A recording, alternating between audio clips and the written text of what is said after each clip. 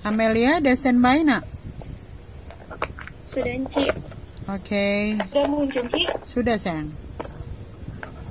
Baik, Amelia, saya akan mempresentasikan materi pada modul pertama tentang sejarah, kedudukan, dan fungsi bahasa Indonesia. Baik, Amelia, tetap semangat, sayang. Disilakan, nak. Salam Merdeka Literasi. Terima kasih atas kesempatan yang telah diberikan. Saya Amelia Saada dari kelas C3 Akuntansi. Pada saat ini saya akan mempresentasikan materi pada modul 1 mengenai kedudukan dan fungsi bahasa Indonesia. Sejarah bahasa Indonesia. Bahasa Indonesia lahir pada tanggal 28 Oktober 1928. Pada saat itu, para pemuda dari berbagai pelosok Nusantara berkumpul dalam kerapatan pemuda dan berikrar: 1. Bertumpah darah yang satu, tanda Indonesia. 2. Berbangsa yang satu, bangsa Indonesia. Dan 3. Menjunjung bahasa persatuan bahasa Indonesia.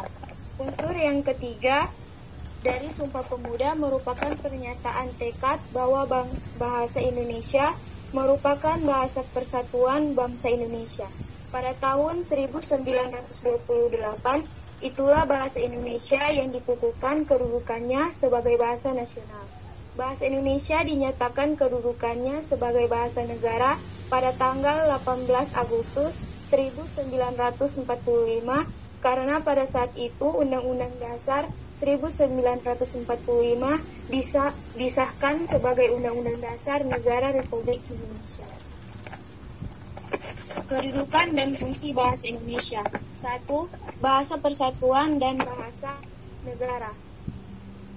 Bahasa Indonesia memiliki kedudukan yang sangat penting karena bahasa Indonesia berkedudukan sebagai bahasa persatuan dan bahasa negara sekaligus.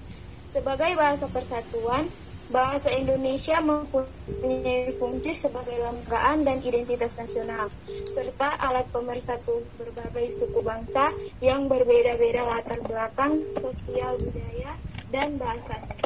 Sebagai bahasa negara, bahasa Indonesia menjadi bahasa resmi yang digunakan di dalam penyelenggara negara. 2. Bahasa daerah. Bahasa daerah adalah bahasa-bahasa suku bangsa di Indonesia. Bahasa ini jumlahnya sangat banyak dan digunakan menyebar di seluruh daerah di Indonesia.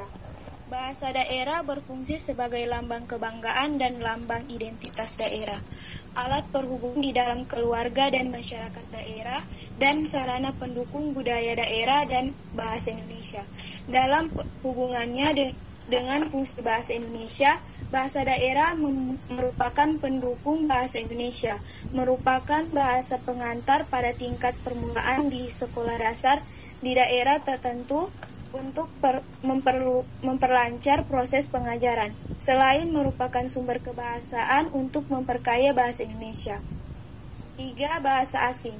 Bahasa asing diberi batasan sebagai bahasa-bahasa di Indonesia selain bahasa Indonesia dan bahasa daerah. Bahasa asing mempunyai fungsi sebagai alat perhubungan antar bangsa dan sarana pemanfaatan ilmu pengetahuan dan teknologi modern untuk pembangunan nasional. Sehubung dengan fungsinya sebagai akses untuk memanfaatkan ilmu pengetahuan dan teknologi modern, bahasa asing sesungguhnya hanya melengkapi fungsi bahasa Indonesia yang juga dikembangkan agar menjadi sarana serupa.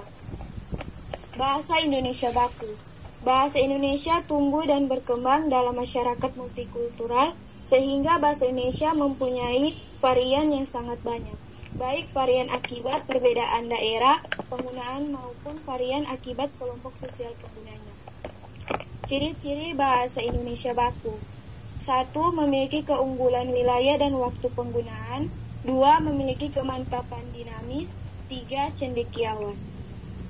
Sekian presentasi dari saya. Terima kasih. Salam Merdeka Literasi. Iya. Salam Merdeka Literasi. Terima kasih ya, Amelia.